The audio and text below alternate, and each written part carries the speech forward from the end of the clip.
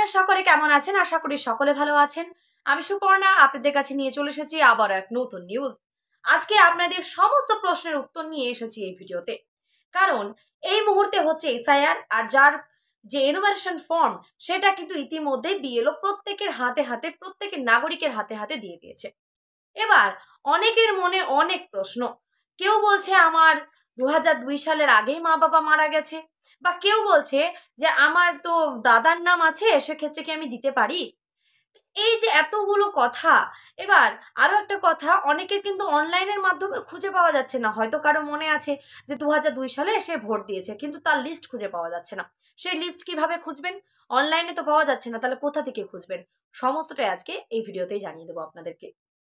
আশা করি এই স্ক্রিনের মাধ্যমে দেখতে পাচ্ছেন ফর্মটি। তো এই হচ্ছে এনুমারেশন ফর্ম। যারা যারা পেয়ে গেছেন তারা তো জানেন, আর যারা পাননি তারা দেখে নিন। তো এই যে এনুমারেশন ফর্ম, সেখানে বলা হয়েছে যে আপনাদের যার সাথে সম্পর্ক, অর্থাৎ 4টে সম্পর্কের মধ্যে যে কোনো একটি দিতে হবে আপনাদেরকে। মায়ের যদি থাকে 2002 ভোটার লিস্ট, মায়ের দেবেন। বাবার থাকলে বাবার দেবেন।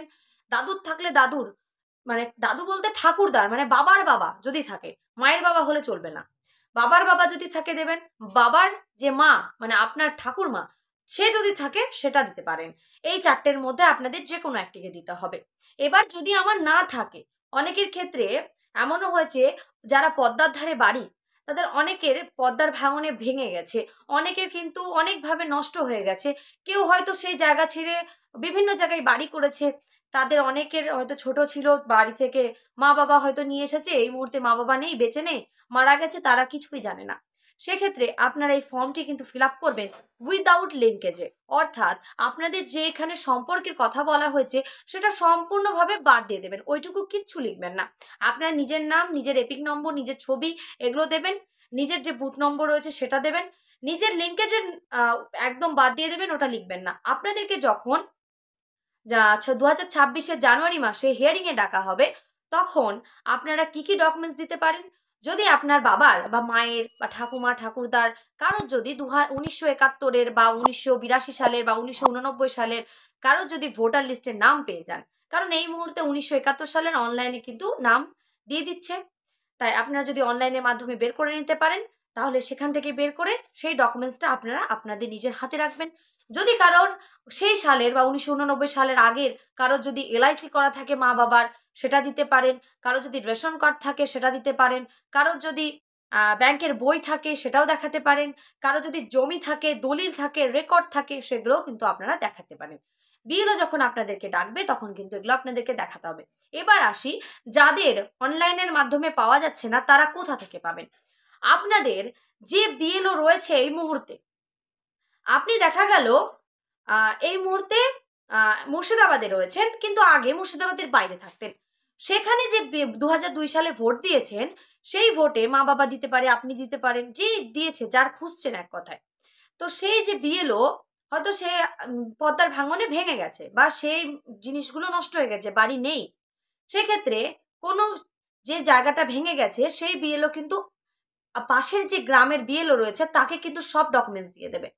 আর সেই ডকুমেন্টসের কাছে আপনি কিন্তু সেই বিএলওকে খোঁজ করে, আপনার যে গ্রামের মানুষ রয়েছে বা চেনা পরিচিত কেউ রয়েছে, সেখানে খোঁজ করে আপনি সেই বিএলওর কাছে গিয়ে আপনি কিন্তু তার কাছে যে হার্ড কপিগুলো থাকবে, সেগুলো অনলাইনে থাকবে না, সেইখানে সেই বিএলওর কাছে গিয়ে সেই হার্ড কপিগুলো খুঁজে নিতে পারেন। এবং আপনার মা বাবার নাম, ঠাকুমা ঠাকুরদার যদি নাম থাকে, সেগুলো কিন্তু আপনারা খুঁজতে পারবেন এইভাবে। তাই অনলাইনের মাধ্যমে কিন্তু অনেকেই খুঁজে পাচ্ছে না, তারা কিন্তু বিএলওর কাছে এইভাবে অনেকের পাওয়া গিয়েছে। আপনারা চাইলে কিন্তু এইভাবে খুঁজে নিতে পারেন। কিন্তু বারবার বলবো, আপনাদের এমনও মানে মনে হচ্ছে অনেকের যে আমার তো নাম নেই, কিন্তু আমার দাদা আমার থেকে অনেক বড়, কি আমার দিদি আমার থেকে অনেক বড়। সেক্ষেত্রে আমার দিদি 2002 সালের লিস্টে নিজেরই নাম রয়েছে, তাহলে তার দিদির দিয়ে আমার হয়ে যাবে, যেহেতু দিদির বাবা আর আমার বাবা একই বাবা। কিন্তু না, এটা কোনোভাবেই করবেন না। কারণ নির্বাচন কমিশনের পক্ষ থেকে সম্পূর্ণভাবে স্পষ্ট জানিয়ে দেওয়া হয়েছে, 4 জনের নামই কিন্তু দিতে পারবেন। মা, বাবা, ঠাকুমা, ঠাকুরদা এর বাইরে কোনো লিঙ্কেজ আপনি যুক্ত করতে পারবেন না নিজের ইচ্ছা মতো। তাই উইদাউট লিঙ্কেজে কাজ করুন যদি এই ৪ টে না থাকে। এবার যখন আপনাদেরকে হিয়ারিং এ ডাকা হবে, তখন এই যে যত পুরনো ডকুমেন্টস গুলো আছে, তখন সেগুলো আপনি বিএলওর সামনে বলবেন এবং ডকুমেন্টস গুলো দেখাতে হবে। মুখে বললে কিন্তু বিএলও বিশ্বাস করবে না। তাই আপনাকে আপনার ডকুমেন্টস অবশ্যই দেখাতে হবে। একটা না একটা ডকুমেন্টস আপনাকে নিয়ে যেতেই হবে। ১৩টি যদি ১১টি ডকুমেন্টস থাকে খুবই ভালো। যদি ১১টি না থাকে সেক্ষেত্রে আপনি একটাও যদি থাকে সেটা নিয়েই বিএলওর কাছে হাজির হয়ে যাবে। অনেকেই অনেক ভুল পদক্ষেপ নিচ্ছেন, কেউ মারা যাচ্ছেন, কেউ অনেক ভুল পদক্ষেপ নিচ্ছেন। করবেন না। আপনাদের যথেষ্ট সময় দেওয়া হয়েছে নির্বাচন কমিশনের কাছে। অবশ্যই খুঁজতে থাকুন। যদি খুঁজে না পান সেক্ষেত্রে ভয় করবেন না। এই মনে হয় আমাদের ক্যাম্পে ধরে নিয়ে যাবে। এই মনে হয় আমাদেরকে বাংলাদেশ পাঠিয়ে দেবে। না, যে ভারতীয় নাগরিক তাকে কখনোই পাঠানো হবে না। তাই টেনশন একদম করবেন না। পুরোপুরি চিন্তামুক্ত থাকুন। খুঁজুন, ধীরে সুস্থে খুঁজতে থাকুন। যদি খুঁজে পেয়ে যান খুবই ভালো। যদি না পান, যখন হিয়ারিং এ ডাকবে আপনার যত পুরনো ডকুমেন্টস রয়েছে, যদি আপনি ভারতীয় হয়ে থাকেন অবশ্যই আপনার বাবা মায়ের সেই পুরনো ডকুমেন্টস গুলো থাকবে, সেগুলো তখন বিএলওকে দেখাবেন। আশা করি আমি সমস্তটাই বোঝাতে পেরেছি। যদি কারো কোনো রকম কোনো প্রশ্ন থাকে আমাকে কমেন্ট বক্সে কমেন্ট করবেন। আমি চেষ্টা করব তার রিপ্লাই দেওয়ার। দেখা হচ্ছে নেক্সট কোনো ভিডিওতে। ততক্ষণ সুস্থ থাকবেন, ভালো থাকবেন। আজকে এই পর্যন্তই।